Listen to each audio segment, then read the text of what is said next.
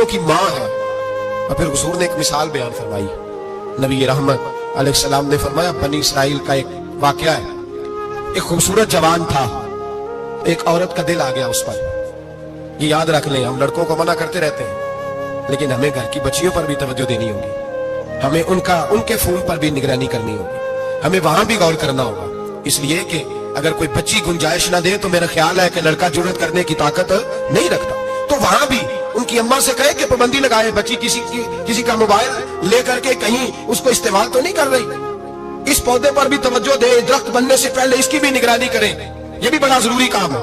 औरत का दिल आ गया तो नबी पाक अलैहिस्सलाम फरमाते, उसने कोई बहाना लगाया, किसी को कहा कि उस नौजवान को बुला के लाओ, उसको कहो कि हमने कोई गवाही लेनी है तुझसे। वो नौजवान आया, एक कमरे में दाखिल हुआ तो अगले कमरे में ले गए, वहां दाखिल हुआ तो उसे अगले कमरे में ले गई, वो दाखिल हुआ तो इसी तरह 7 मुकफ्फल कमरों में ले गई।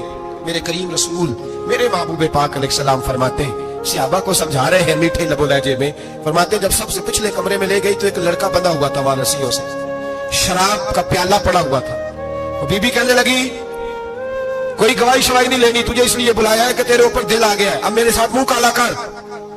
तो वो जवान कहने लगा, नहीं, मैंने अपने नफ्स को पाक रखा हुआ है, मेरी नजर भी पाक है, दिल भी पाक है, और उसकी बरकत यह है कि रब ने मेरी रूह को भी पाक रखा हुआ है, तो मैं ये हरकत नहीं कर सकता। पाक लोग पलीत कामों की जानिब तवज्जो नहीं करते, मैं ये हरकत नहीं कर सकता। इकबाल ने अपने बेटे को दुआ दी थी, उसने कहा था, हया बाकी नहीं है जमाने की आंख में, खुदा करे कि रहे तेरी जवानी बेदाग, खुदा करे कि रहे तेरी जवानी बेदाग। कहा मेरे साथ मुंह काला कर, उसने कहा मैं नहीं करता। कहने लगी, चल फिर इसको कत्ल कर, इसको मैंने बांधा हुआ। उसने कहा मैं कत्ल क्यों करूं, मेरी क्या दुश्मनी है। कहा फिर शराब पियो, कहा मैं शराब भी नहीं पीता। तो कहने लगी, अब तो मैंने तुझे अपने चुंगल में फांस लिया है, अब तो यहां से बच के जा नहीं सकता, और अगर तू बाहर जाएगा तो मैं शोर करूंगी, लोग जमा करूंगी, इसने मेरी इज्जत आबरू पे हाथ डाला है, तो तू बच तो नहीं सकता, एक काम तो करना पड़ेगा। महबूब फरमाते, उस नौजवान ने सोचा कि जिना भी बहुत बड़ा जुर्म है, कत्ल भी बहुत बड़ा गुनाह है, चलो अब मजबूरी है तो शराब पी लेता हूं। लेकिन वो समझा ना कि शराब तो बुनियाद है। उसने एक प्याला जो पिया, कहने लगा एक और दे दो, दूसरा पिया तो कहने लगा एक और दे दो। अब 3 प्याले 3 बोतलें शराब जो पी चुका तो खुमारी चढ़ गई। अब उस औरत के करीब जाने लगा कि मैं तेरे साथ जिना करूंगा। उसने कहा जब तक मैं करीब नहीं आने दूंगी जब तक तू इसे कत्ल न करे। उसने उसे कत्ल भी किया, जिना भी किया। तो महबूब फरमाने लगे, ये कत्ल और जिना जो हुआ है तो ये शराब की वजह से हुआ है। गोया शराब वो जुर्म है जो कत्ल भी कराएगी, जो जिना भी कराएगी। और अगर आप नशई को देखें, अगर आप शराबी को देखें, तो क्या वो डकैतियां नहीं करता फिरता, वो चोरियां नहीं करता, वो अपनी ही माँ का जेवर नहीं बेच आता, वो अपनी ही बहन का पड़ा हुआ जहेज नहीं बेच आता, वो अपने ही घर में डाके नहीं डालता, वो अल्लाह के घर मस्जिद में आकर के चोरी नहीं करता।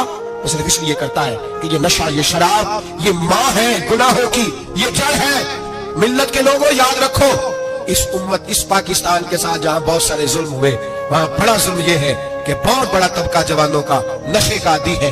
वो नशा इन्हें इश्क मजाजी और औरतों के इश्क की जानिब ला रहा है। वो नशा चोरियां करा रहा है, कत्ल करा रहा है, डकैतियां करा रहा है। बहुत बड़े जालिमों ने बहुत बड़े हाउस बनाए हुए हैं जिनके अंदर शराब फराम की जाती है, नशा दिया जाता है। मैंने तो ऐसे ऐसे लफ्ज सुने कि इलेक्शन के दिनों में वोट लेने की खातर सियासतदान इन्हें नशा फराम करते हैं, इन्हें बांध के रखते हैं, रोज तुम्हें पुड़िया मिलेगी, वोट हमें डालना। इतना जुल्म, इतनी ज्यादती, इतना जबर, एक इंसान के साथ खेलना। लौट आओ, पकड़ो इनका दामन, अपने घरों को बचाओ, अपने दोस्तों को बचाओ। जागो जागो उम्मत के लोगों, जागो। मेरे नबी पाक सल्लल्लाहु अलैहि वसल्लम के कलमा गो लोगों को बचाओ। इन पर अगर सख्ती करनी पड़ती है तो करो, प्यार करना पड़ता है तो करो, मेहनत